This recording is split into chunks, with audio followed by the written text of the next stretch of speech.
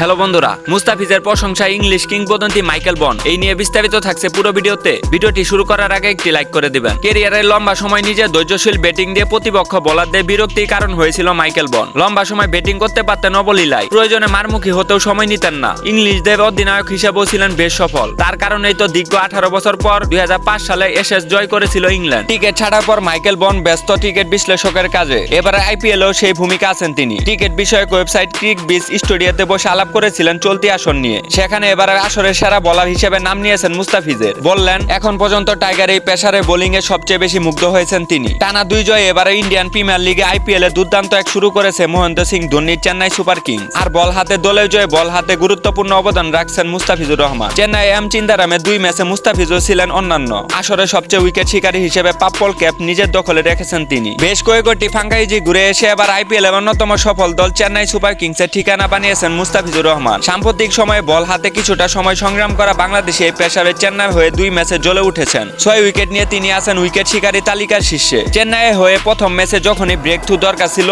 তখনই আক্রমণে এসে সফল হয়েছিলেন মুস্তাফিজ। 29 রান খসড়ায় সেই ম্যাচে 4 উইকেট নেন। এরপর হয়েছেন ম্যাচ সেরাও। তবে দ্বিতীয় ম্যাচে শুরুটা আশা জাগানোর মতো হয়নি টাইগার পেসারের, কিন্তু শেষ ভালো যার সব ভালো তার। মুস্তাফিজের বেলায় তাই হলো। প্রথম 2 ওভারে 23 রান দেওয়া ফিজ, শেষ 2 ওভারে দিলেন মোটে 7 রান, পেয়েছিলেন 2 উইকেট। বন্ধুরা, আজকে ভিডিওটি পর্যন্ত। এই ভিডিওটি ভালো লাগলো অবশ্যই একটা লাইক করে দিবেন, আর আমাদের চ্যানেলে নতুন হয়ে থাকলে অবশ্যই চ্যানেলটি সাবস্ক্রাইব করে রাখবেন। ধন্যবাদ।